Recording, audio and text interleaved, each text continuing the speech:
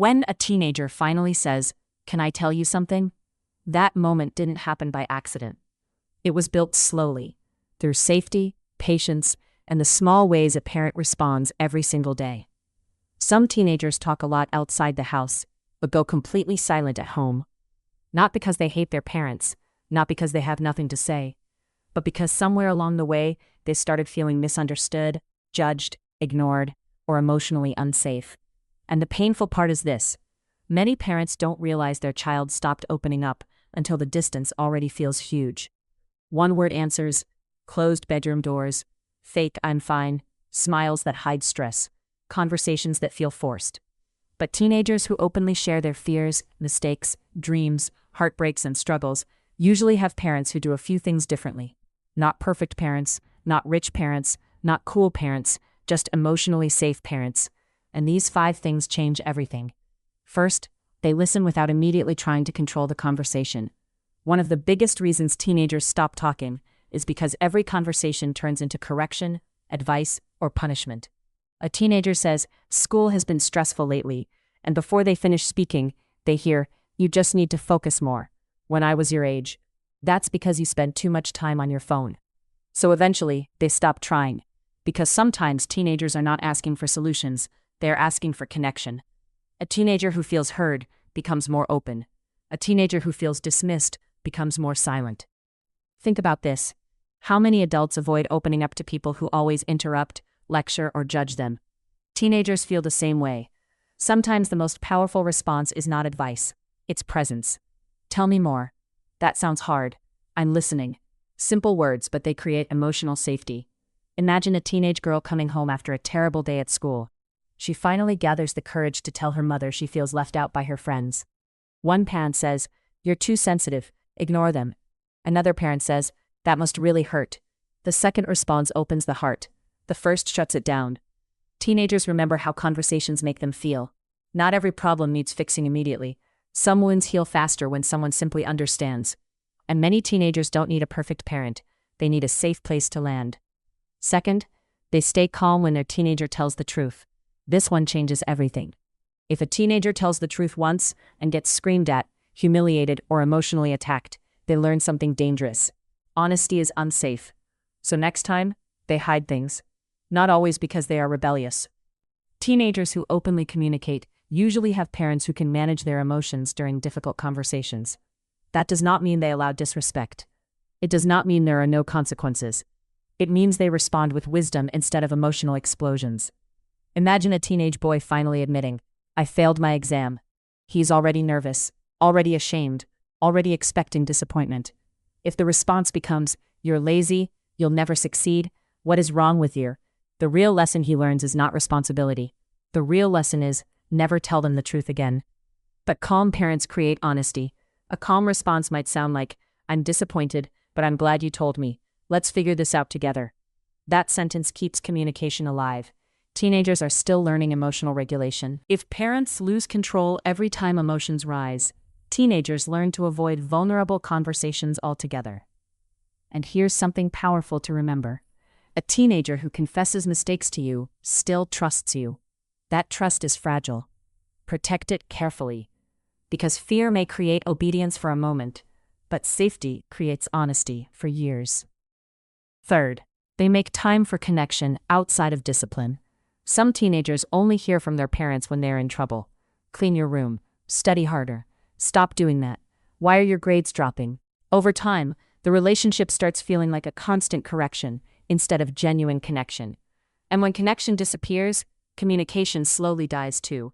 Teenagers open up more when they feel valued beyond their performance, not just when they succeed, not just when they behave perfectly, but simply for who they are. Small moments matter more than parents realize. Driving together, cooking together, late-night conversations in the kitchen, laughing over something silly online, watching a movie without turning it into a lecture. These moments may seem small, but they build emotional closeness, and emotionally connected teenagers talk more. A father may struggle to get his son to open up during serious sit-down conversations, but during a casual drive to the store, suddenly the teenager says, "Can I ask you something?" Why? Because pressure disappeared. Many deep conversations happen when teenagers do not feel interrogated. Connection opens doors that control never can. One powerful truth every parent should remember is this: teenagers spell love in different ways sometimes. To adults, love may mean providing, protecting, sacrificing. To teenagers, love often feels like, do you spend time with me? Do you notice me? Do you actually enjoy being around me? A connected teenager is more likely to share their inner world, not because they were forced to, because they feel emotionally close enough to trust. Fourth, they respect their teenagers' feelings even when they don't fully understand them. Teenage emotions can seem dramatic sometimes. A friendship breakup destroys them. One embarrassing moment ruins their whole week. A small rejection feels like the end of the world. Adults may look at these situations and think, it's not that serious. But to a teenager, it is serious. And when parents constantly minimize emotions, teenagers begin hiding them. Statements like, you're overreacting, it's not a big deal, you're too emotional. These phrases may seem small, but they quietly teach emotional shame. Teenagers need guidance, yes, but they also need validation. Validation does not mean agreeing with everything. It means acknowledging their feelings are real. There's a huge difference. A parent can say, I understand why you feel hurt, even if I see the situation differently. That sentence builds emotional trust. Imagine a teenage boy who gets rejected by someone he likes. He feels embarrassed and crushed. One parent laughs and says, you're crying over that? Another says, rejection hurts at any age. Which parent do you think he will open up to next time? Teenagers are trying to understand themselves. When parents mock, dismiss, or shame emotions, teenagers often stop expressing them completely, and silent pain is dangerous. Some teenagers become angry, some become distant, some become anxious, some smile in front of everyone while secretly struggling inside. Emotionally safe parents teach their teenagers, your feelings matter here. That message can protect a child more than people realize. Fifth, they lead with love even during conflict. Conflict is normal in every family. Teenagers push boundaries. Parents get frustrated. Arguments happen. But emotionally safe parents make one thing clear: our relationship is bigger than this disagreement. Teenagers need to know that mistakes do not cancel love, that failure does not cancel love, that disagreement does not cancel love. Some teenagers grow up feeling like affection disappears whenever they disappoint their parents. And that creates emotional fear. But teenagers who openly communicate often have parents who separate behavior from identity. Instead of you are a bad child, they say that behavior was not okay. One attacks the person, the other corrects the action. That difference matters deeply. A teenager who feels loved even during correction is more likely to stay emotionally connected. And emotionally connected teenagers are easier to guide, because love keeps the door open. One of the strongest things a parent can say after conflict is, I was upset, but I still love you. Simple, powerful, healing. Some teenagers act distant, not because they stopped caring, but because they stopped feeling emotionally safe. And many parents are fighting for obedience when what their teenager truly needs is connection. Because rules may control behavior temporarily, but relationships shape the heart permanently. At the end of the day, most teenagers are silently asking the same questions. Can I be honest with you? Will you still love me if I mess up? Are my feelings safe with you? Do you really see me?